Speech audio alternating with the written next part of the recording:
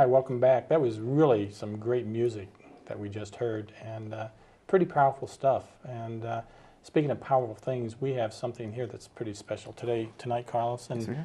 and that is Carrie Cahill Mulligan Right. from Canaan, New Hampshire. And Well, Carrie, welcome to Thank the you. Arts Telefest. You're probably the most interesting guest of the day. Thank you.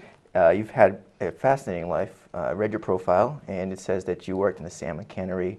You had a meditation retreat in Thailand where I think you didn't speak for, was it a week?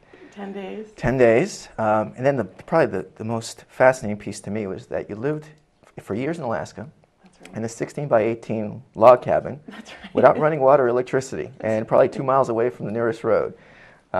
So you take all those facets of your life together, and I imagine they must have had an influence in you becoming a fiber artist. Can you talk to us about how that worked for you? Sure. Alaska is not a place that everyone wants to see in the winter, and certainly being there in the cold, it's motivating to think about wanting to do something to stay warm. I started knitting while I was living up there, and the hat idea made a lot of sense. Also, knitting is quite a meditation, being able to sit and do the same repetitive motion over and over. It's very meditative, so being able to sit still really helped. Salmon cannery is really boring as well. I made my peace with repetition probably in that time in my life.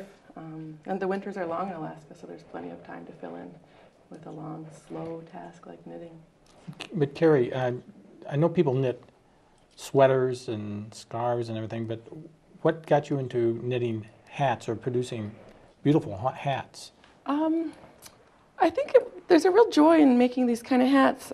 So what I've got here is about half of a hat. This is going to get thrown into the washing machine and mistreated the way you shouldn't do with a nice sweater.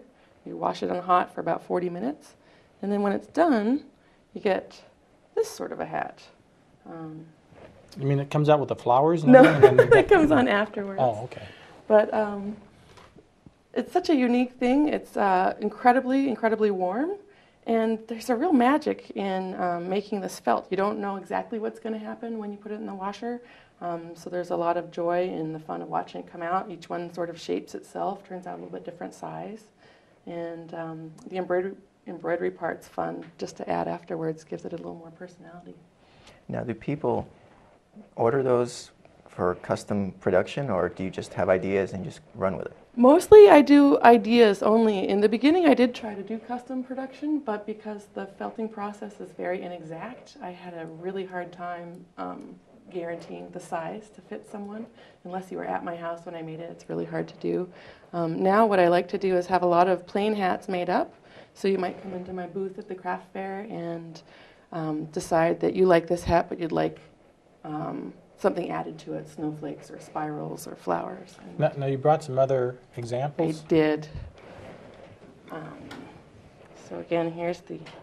Did you make the tote? No, I do have a tote. I left it in the car. This is the before, how big it really will be. Yeah. Wow. It's a big head. Yeah. Well, it's cold in Alaska. You kind of put it That's over. right. Put it right over here. Yeah, the antlers or something. Well, the antlers, I'm glad you asked. This is one of them with caribou sliced antlers right on there, made into buttons. Really? Really? Yeah. So, how did you find the caribou antlers? Do they just laying around? Yep, caribou Really? shed their antler every year. You could also get them from hunting. I don't hunt, so it was no real issue for me there. But I do know some hunters. I've got some from them as well. But we'd find them just walking around. We lived just outside Denali Park. Now, is this caribou felt? No, Is it's this material? llama and Oh, wool, llama. 50-50. Okay. And here's one with snowflakes. And then this is really Well, quite monastic. I call this my monastic kind of design because this is really meditative to do this spiral around and around and around. Now, do you do that by hand, or is that I what do this by hand. The first one I ever did worked out great. I start with the central line up and down, kind of a sine wave, and it just so happened it worked out perfectly and met in the back. And then the second one I did, it came off by about half, and I had to back up and redo it. So now what I do is I'll measure out where I want the high and low points to be, and then I just do the rest freehand. But this is one, there's as much time in the embroidery on this as there is in the knitting. And the knitting takes about 7 hours to get it knit, another hour to shrink it, a couple days to dry it, and then they each get lined, so they're nice and comfortable on your forehead. They get signed, dated, and numbered inside there. So they're relatively unique then, each piece is... Each one is very unique. In fact, I couldn't really replicate it if I tried because of the shrinking. It really can be very difficult. And then you get a similar thing with the antler button again here. And this is great because the antlers are so different. They give a different color inside each one. So. Now your customers, I imagine with the internet, they're probably all over the world. So have you sold as far away as where? Netherlands The is Netherlands. my farthest. And I had a gentleman there who had some sort of cancer. He was going through chemo and wanted something to keep his head warm for the cold winters there. And he wanted sort of a black on black design to fit his mood. And I did a spiral embroidery for him. And even with the sizing being tricky, he didn't mind it at all. He measured his head and got a rough estimate, and we did it from there.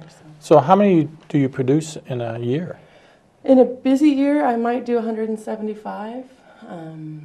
Last year, I just did over 100. So it really depends on what else is going on in the year. So. And if people want to find out more about you, do you have a website? I do have a website. It's my initials, CCM, hats.com, ccmhats.com. Outstanding. And you also work with the New Hampshire League of Craftsmen. I do. I'm a proud member of the League of New Hampshire Craftsmen since 5 years ago when we first moved here. So you find value in it and it's working out? Oh, it's fantastic. Fantastic. Yep. It's a great group of people. They have educational seminars for the members, and they have the marketing power of, several hundred craftspeople all together. And the League of New Hampshire Craftsmen's Fair at Sunapee is the oldest running crafts fair in the country. Last year was our 75th year, so it's fantastic to be part of that. I'm curious about your necklace. Was that from the time you were in the meditation in Thailand, or This is a hockey stick. hockey stick? A hockey stick, and I recently got this from I was adopted at birth, and I've just met up with my birth father and his wife. They gave me this when I met them in Ottawa in December this year. So I play a lot of hockey. Been playing for about 4 years together. Oh, really? Yeah. It's a great compliment. This is a lot of sitting still, and